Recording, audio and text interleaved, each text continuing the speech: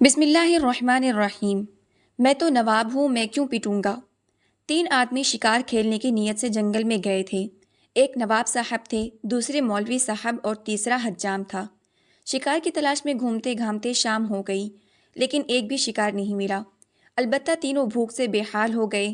घर लौटने लगे तो रास्ते में एक खेत मिला जिसमें मूंगफली बोई हुई थी। दाने भी उसमें आ चुके थे। तीनों ने उस खेत को गनीमत समझा और उसके पौधे उखाड़ उखाड़ कर मूंगफली खाने लगे। इत्तेफाक से खेत का मालिक आ गया।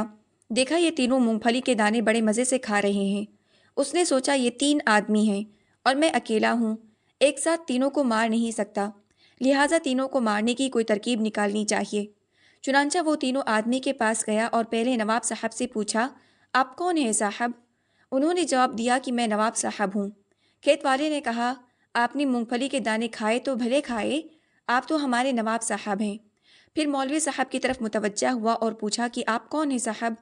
उन्होंने कहा, मैं आलिम हूँ और नवाब साहब के यहाँ इमामत करता हूँ।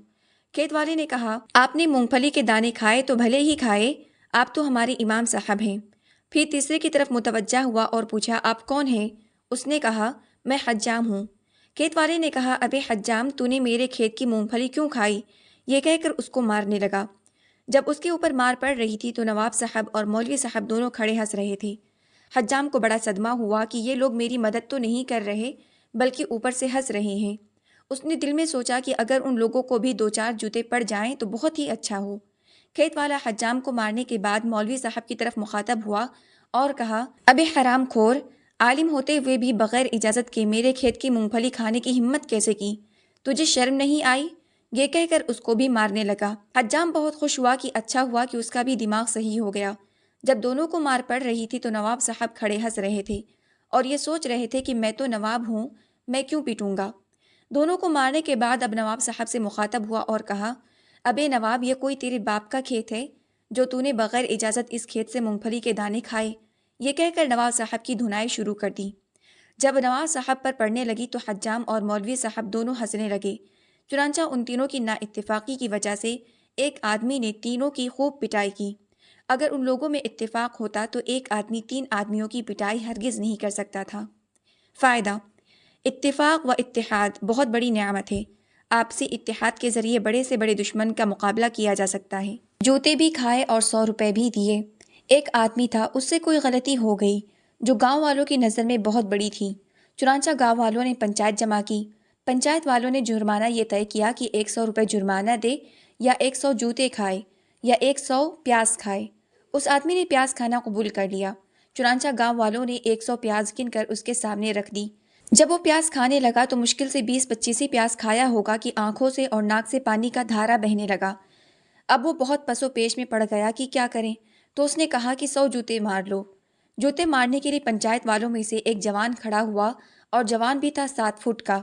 जूता भी था ऐसा कि उसमें कीलें जड़ी हुई थी। उस जूते से जो मार पड़ने लगी तो तकरीबन 10-15 जूते पड़े होंगे कि उसकी खोपड़ी ख़राब हो गई और कहने लगा, बस बस, जूते ना मारो, बर्दाश्त के बाहर है। ये लो 100 रुपये जुर्माना ले लो।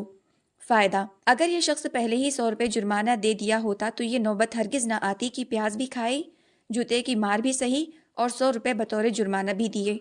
एक इंसान के लिए बर वक्त फ़ैसले की सलाहियत बहुत ज़रूरी है, वरना हर तरह से घाटे में रहता है। किसी को मिटाकर बड़ा होना कमाल नहीं। एक उस्ताद स्कूल में बच्चों को पढ़ा रहे थे। उस्ताद ने एक दफ़ा सब बच्चों को जमा किया और ब्लैक बोर्ड के ऊपर एक लकीर खींची। फिर बच्चों से कहा, इसको छोटी कर दो। सब बच्चे सोचने लगे, ये लकीर छोटी कैसे हो सकती है।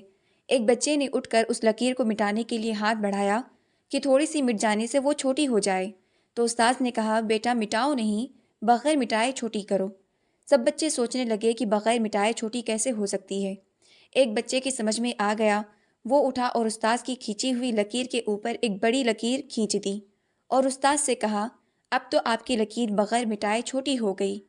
उसके बाद सब बच्चों को नसीहत करते हुए उस्ताद ने फरमाया, देखो बच्चों, आज तुम लोग छोटे हो, कल इंशाअल्लाह ताला बड़े होकर ताकतवर और पावरफुल हो जाओगे। उस वक्त मेरी इस बात को याद रखना कि किसी को मिटाकर बड़ा होना कोई कमाल नहीं, बल्कि अपनी ज़ात में ऐसे कमाल पैदा करो कि दुनिया वाले खुद ब खुद आपको बड़ा समझने लगें।